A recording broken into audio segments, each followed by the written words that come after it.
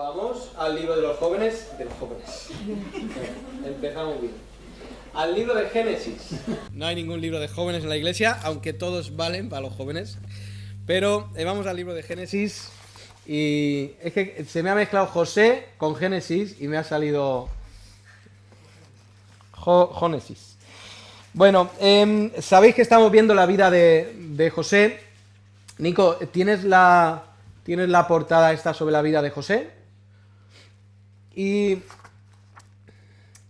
estuvimos viendo en otras semanas cómo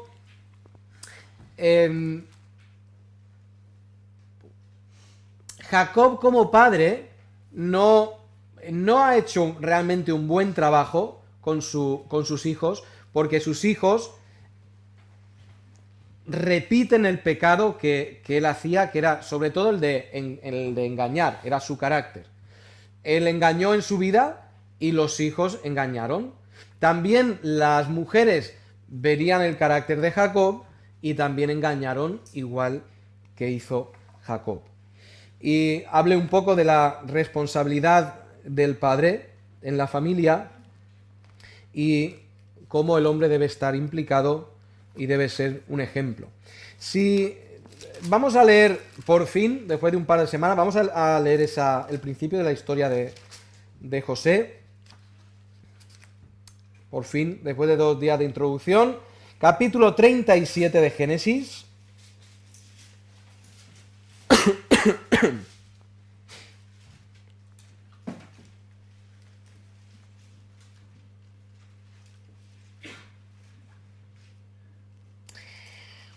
Muy bien, voy a leer yo, podéis seguir con la vista. Dice, habitó Jacob es Israel, ¿de acuerdo? Dios ya le ha cambiado el nombre. Habitó Jacob en la tierra donde había morado su padre, en la tierra de Canaán. Y esta es la historia de la familia de Jacob. José, siendo de edad de 17 años, apacentaba las ovejas con sus hermanos, realmente con sus hermanastros, con sus hermanos. Y el joven estaba con los hijos de Bila y con los hijos de Zilpa, mujeres de su padre, e informaba a José, a su padre, de la mala fama de ellos. Ahora, luego voy a hablar un poquito más, pero qué pena que tus hijos sean unos sinvergüenzas y tú no te des cuenta, ¿no? Ahora, bueno, luego hablamos de eso. Vamos por partes. Fijaos que continúa diciendo, versículo 3, y amaba Israel a José más que a todos sus hijos, porque lo había tenido en su vejez, y como tanto le amaba, y quería, y este es otro de los fallos de José, no solamente le amaba más en su corazón, sino que además demostraba delante de todos que él era el amado. Versículo 4 dice que viendo sus hermanos que su padre lo amaba más que a todos sus hermanos, le aborrecían y no podían hablarle pacíficamente.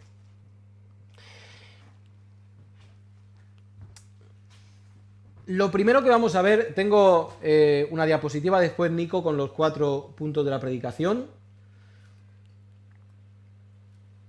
Muy bien, el primer punto es favoritismo, el segundo es un padre ausente, el tercero es víctima de su familia y el cuarto es el torcedor.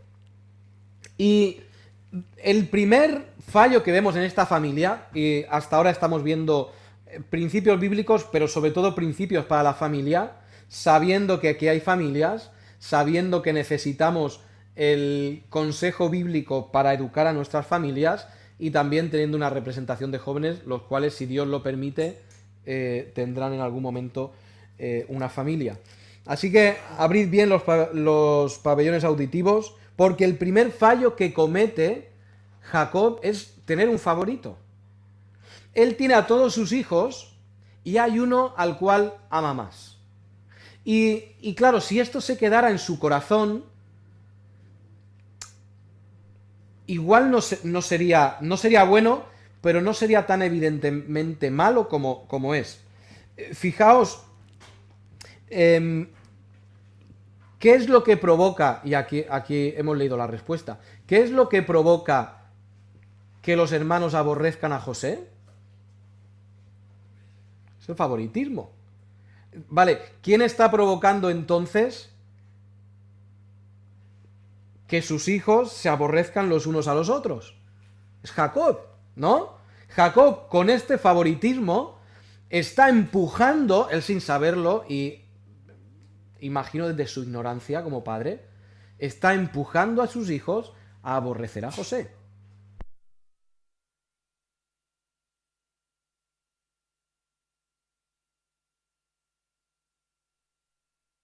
Bueno, yo soy el pequeño de tres y cada vez que nos juntamos toda la familia tiene que salir este tema.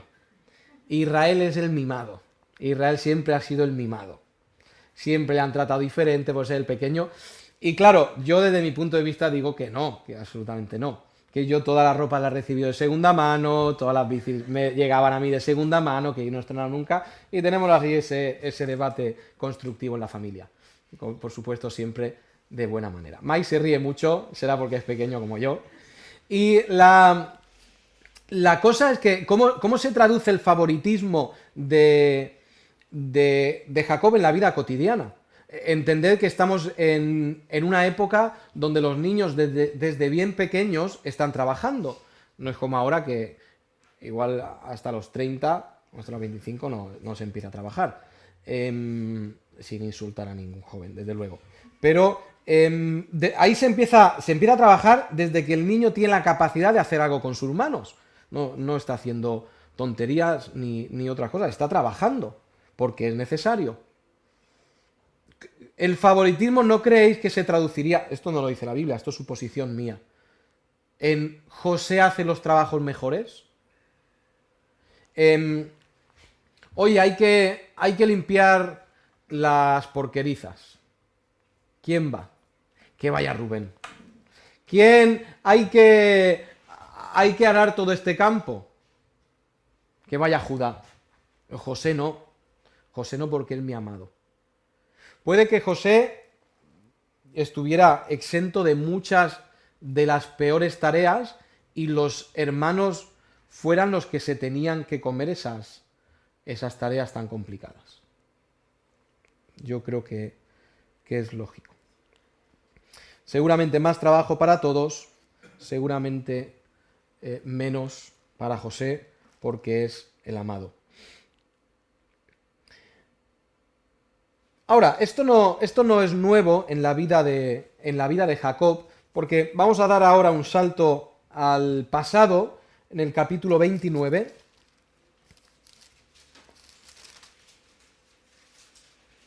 Esto del favoritismo que tiene Jacob le viene de lejos. Mirad capítulo 29, vamos a leer.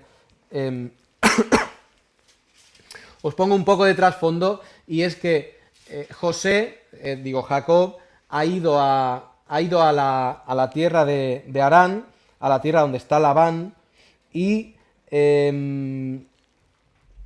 se enamora perdidamente de Raquel y hace un trato con Labán, que es el padre de Raquel. Ya expliqué un poco cómo funcionaban los contratos matrimoniales en aquellos tiempos, y él hace un contrato para quedarse con Raquel, o para casarse con Raquel, mejor dicho. Entonces llega la noche de bodas y ocurre esto. Versículo 23 del capítulo 29. Y sucedió que a la noche tomó a Lea su hija y se la trajo, y él se llegó a ella. En vez de entregarle a Raquel, le entregó a Lea. Echando un poco de imaginación, y si ha visto alguna película, pues la mujer iría muy tapada en aquel entonces, incluyendo cara seguramente, y Jacob pensaba que era Raquel. Eso es lo que tenemos que entender. Y dio Labán su sierva Zilpa a su hija Lea por criada. Esto aparte. Venida la mañana, he aquí que era Lea y no era Raquel, y Jacob dijo a Labán: ¿qué es esto que me has hecho? ¿No te he servido por Raquel? Porque pues me has engañado. Y Labán respondió: no se hace así en nuestro lugar, que se dé la menor antes de la mayor. Cumple la semana de esta y se te dará también la otra, por el servicio que hagas conmigo otros 7 años. Aquí engañan a Jacob y es totalmente justo porque él era un engañador, ¿no? E hizo Jacob así, cumplió la semana de aquella y le dio a Raquel su hija por mujer. Y dio Labán a Raquel su hija, su sierva Bila, por criada. Y se llegó también a Raquel y la amó también, y aquí va a torcerse el versículo, la amó más que a Lea y sirvió a Labán aún otros 7 años. Ahora, continuamos con el 31. Y vio Jehová que Lea era menospreciada, dice el texto. En hebreo, la palabra menospreciada es la palabra sané. La palabra sané es, entre sus sinónimos, está aborrecer, sentir aversión, ser contrario, ser enemigo, tener enemistad, menospreciar u odiar.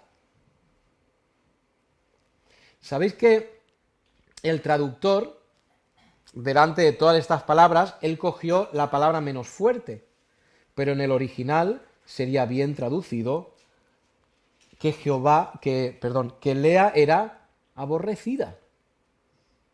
Ahora, cuando vamos al capítulo 37, ¿os acordáis que hemos dicho que en versículo 4, os acordáis que hemos leído, y viendo sus hermanos que su padre lo amaba más que a todos sus hermanos, le aborrecían? Esta palabra aborrecer es la misma que la de menospreciar, es sané, es igual la palabra. Aquí el traductor ha elegido poner aborrecer, pero la rotundidad, el peso de la palabra es ese, el de un enemigo, el de alguien que aborreces, el de alguien que no quieres ver. Y yo creo que aquí la situación no era que Jacob sencillamente amaba más a Raquel y a Lea, pues te ame un poco menos. A Raquel a ti te amo 10 y Lea a ti te amo 9. Es que había una aversión hacia Lea. ¿Cuál es el pago de parte de Dios hacia Raquel? Lo dice el versículo 31 del capítulo 29.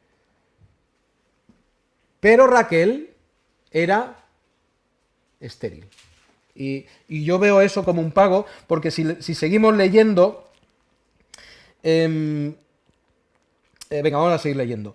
El 32. Y concibió Lea y dio a luz un hijo y llamó su nombre Rubén.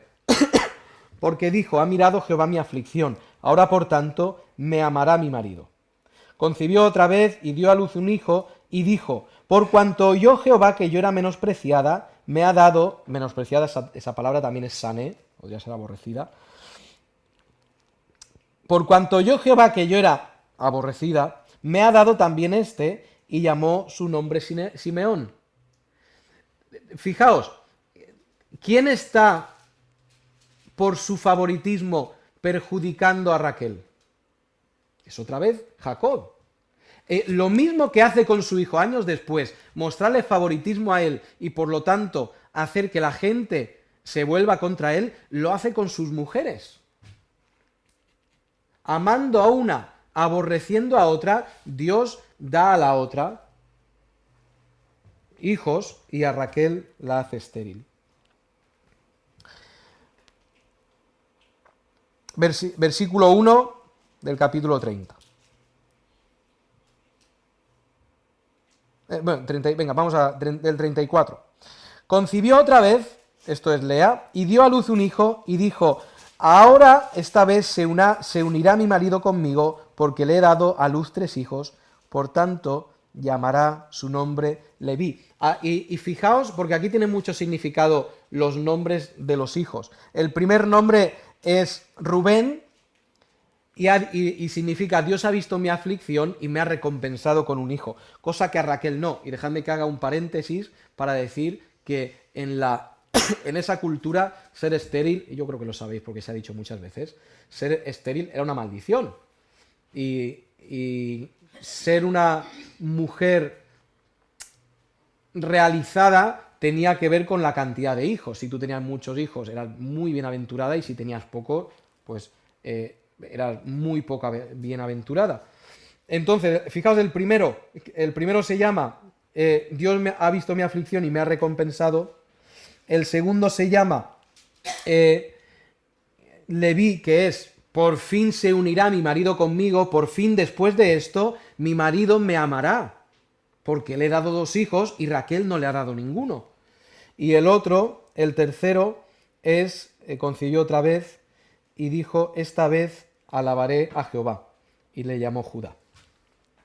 Versículo 1, continuamos, del capítulo 30. Y viendo Raquel que no daba hijos a Jacob, tuvo envidia de su hermana y decía a Jacob: dame hijos, o si no me muero.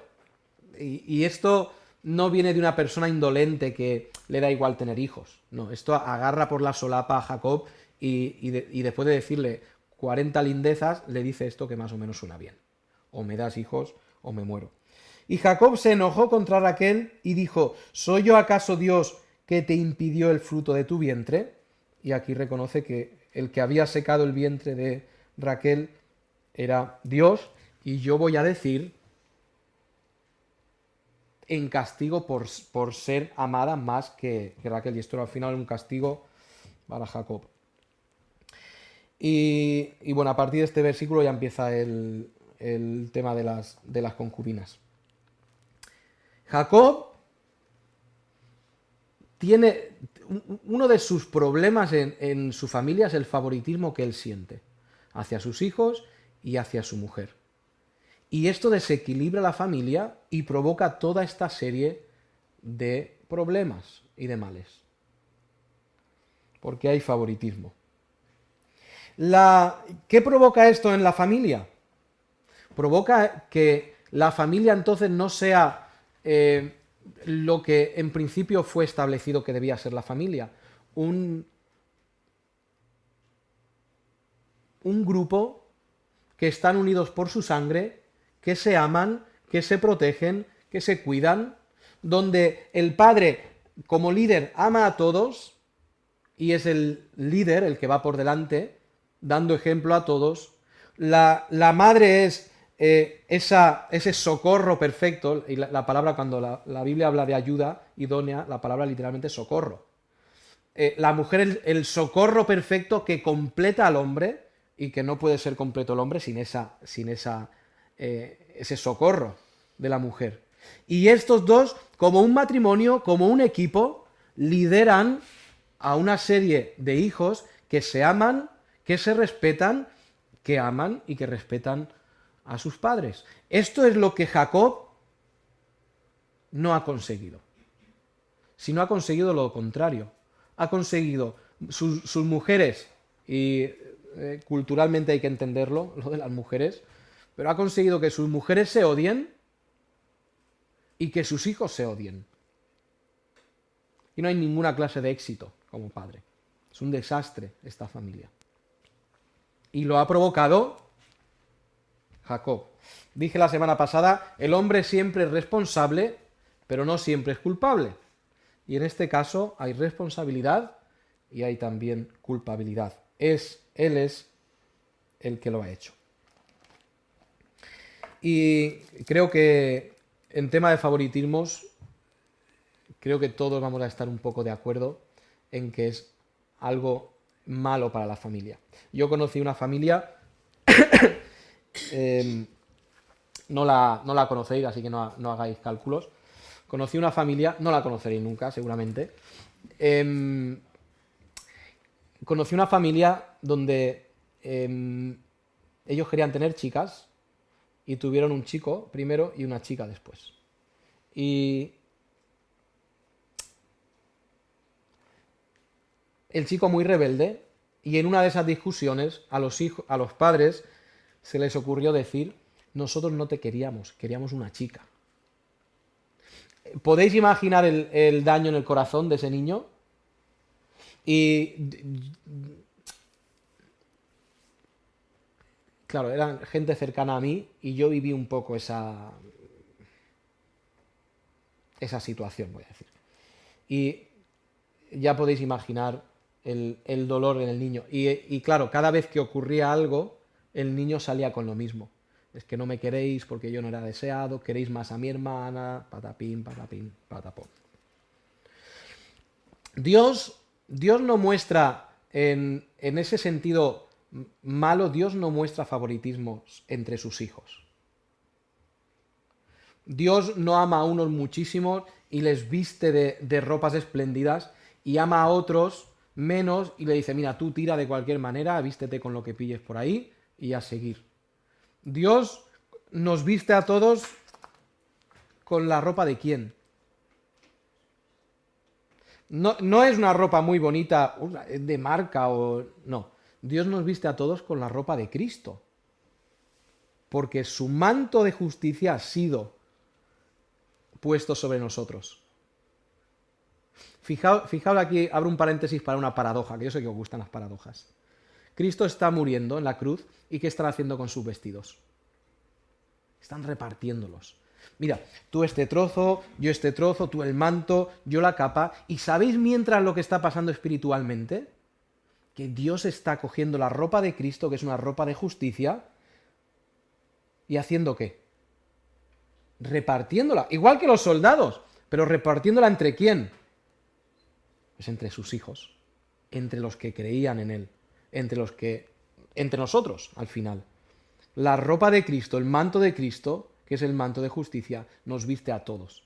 Por lo tanto, igual que Jacob mostró esa predilección por José vistiéndolo de una forma maravillosa, Dios muestra su predilección por nosotros al vestirnos a todos con el manto de Cristo. No viste a unos con el manto de Cristo y, bueno, a Iñaki el manto de Pedro y a Belén el manto de Mateo. No, aquí todos vestidos igual con la justicia de Cristo. Lo que Dios no tiene favoritismo hacia nosotros y nos da unas cosas mejores a unos y a otros peores.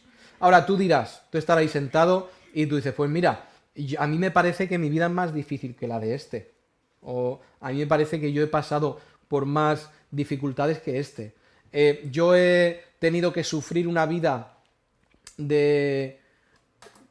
o yo he sido salvo con 30 años después de haber hecho un montón de cosas terribles en mi vida y ese ha crecido en la iglesia y parece que no ha hecho nada malo en su vida. Pero no es que haya un favoritismo y que nosotros por ser mejores Dios nos ame más. Es sencillamente que la obra de Dios es diferente con cada uno de nosotros. Es así de sencillo.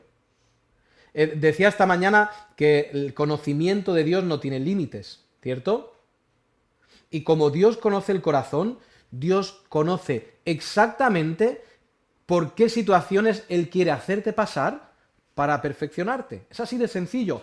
¿Qué pasa? Para perfeccionar a unos, los coge del seno de una familia cristiana y los edifica en el seno de una familia cristiana. A otros los coge con 30 años y es su plan para perfeccionar. Y como Él conoce a cada uno de nosotros, nos perfecciona de una forma. Hay algunos que Dios tiene que hacerles sufrir poco, no porque sean mejores, pero es su plan, y hay otros que tienen que pasar por muchas pruebas. Y todos conocemos creyentes que han pasado por muchísimas pruebas o están pasando por muchísimas pruebas. Y es el plan de Dios. Dios trabaja con cada uno de una forma diferente y siempre, sin excepción, de una forma perfecta. Dios no se está equivocando en cómo trabajas tú, en cómo está trabajando contigo. Dios no se equivoca en cómo está trabajando con el vecino. Dios siempre trabaja de una forma personal y, por supuesto, perfecta. Y fijaos, cuando nosotros decimos, pero mira Pepito, es que Pepito es que no ha pasado por nada, es que siempre la vida le ha ido bien, es que fíjate qué fácil lo ha tenido. Seguramente será porque no conocemos bien la vida de Pepito. Porque yo creo que, o sospecho, que todos tenemos problemas. ¿Sí? Y todos pasamos por dificultades. Y a todos Dios nos pasa en algún momento por el fuego de la aflicción y del dolor. Nosotros, por tanto, no deberíamos tener, ya volviendo al plano familiar, no deberíamos tener favoritos entre nuestros hijos. Y ni mucho menos mostrarlo de una forma evidente, como Jacob estaba haciendo con sus hijos. Punto 2. Un padre ausente.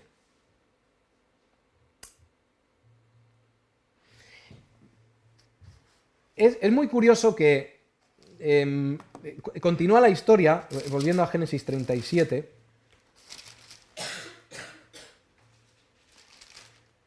Volviendo a Génesis 37, versículo 4, nos dice: y viendo sus hermanos que su padre lo amaba más que a todos sus hermanos, viendo de una forma evidente que él amaba más a José que al resto, esto produce que sus hermanos le aborrecían y no podían hablarle pacíficamente. Ahora, lo que yo estaba pensando, o los hermanos son unos genios de la interpretación y tienen engañado a su padre, y no pocos años, 17 por lo menos, o son unos genios de la interpretación, o su padre no se entera. ¿Y cómo de ciego hay que estar para que tus hijos entre ellos se odien y tú no te enteres? Por eso este punto es un padre ausente. Yo no sé qué hacía Jacob, pero algún problema como padre hay cuando no sabes si tus hijos se odian o se aman. Ahora, voy a decir a favor de Jacob, que la vida en aquellos días no era como hoy. Habían varias mujeres tenían sus hijos, por el desastre familiar que hay ahí, cada hijo tendría más apego hacia una mujer, unos dormirían con uno, otros con otros. Había un buen cacao ahí. Pero Jacob no es capaz de ver que sus hijos se aborrecen o que aborrecen a José. Y en su ceguera también está que él no es capaz de ver que por su favoritismo están odiando a José. Quizá las necesidades de esos días hacían que Jacob no estuviera relacionándose con sus hijos. Quizá tenía que viajar muy lejos a comerciar, o tenía que viajar muy lejos a pastorear. Puede ser. Pero en la época en la cual nosotros vivimos, en la sociedad en la cual vivimos, que voy a decir que tenemos ciertas comodidades y tenemos, a veces sí hay que salir fuera a trabajar, pero en el entorno en el cual nosotros estamos, un padre está ausente de su familia cuando quiere o cuando no es capaz de ver la enseñanza bíblica sobre el padre y el hijo. La enseñanza bíblica sobre el padre y el hijo es, y le enseñarás estas palabras estando en el campo, cuando te levantes, cuando te acuestes, a la hora de comer, a la hora de cenar, le estarás educando. Y nosotros cometemos un error y estemos atentos a esto porque ocurre también en las iglesias. Esto no es solamente de nuestra sociedad. Nos autoimponemos necesidades.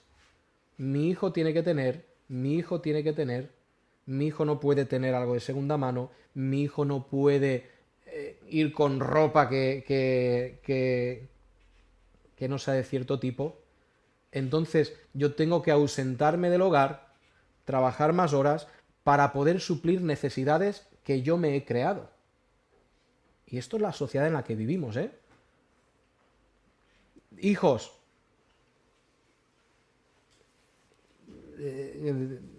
a ver que busco una palabra. Hijos que tienen muchísimo más de lo que necesitan, casas llenas de juguetes y vacías de padres, ¿no? ¿No es lo que vemos? Llenas de juguetes y vacías de padres. No hay padres en casas. Y las casas llenas de cosas que realmente no se necesitan. Y por ahí empieza la tragedia. Un padre ausente que no sabe lo que pasa en su casa. No seamos nosotros así. El tercer punto es víctima de su familia. Si volvemos otra vez a la historia de Raquel y Lea, al final Jacob termina siendo un juguete en manos de sus mujeres, ¿no? Sabéis que viene... ¿Quién vuelve del campo? ¿Es Simeón que vuelve del campo? ¿O Manasés? Manasés vuelve del campo, que ha encontrado... vaya, vamos a leerlo. No voy a decir yo cualquier barbaridad.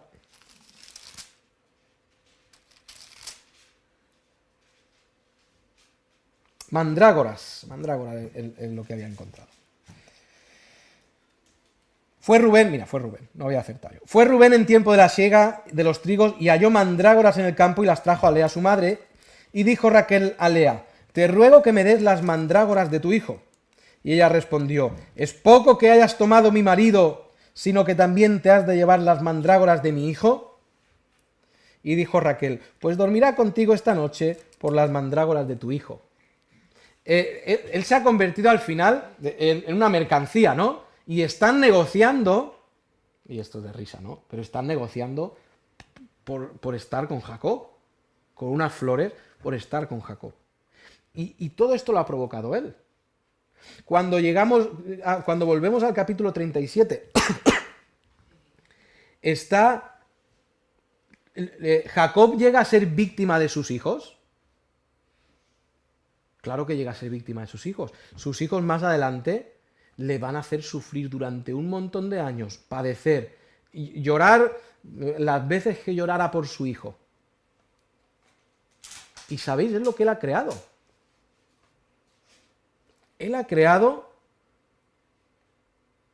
Él se ha subido encima de una montaña y ya ha tirado una bolita de nieve y ya salió corriendo para abajo.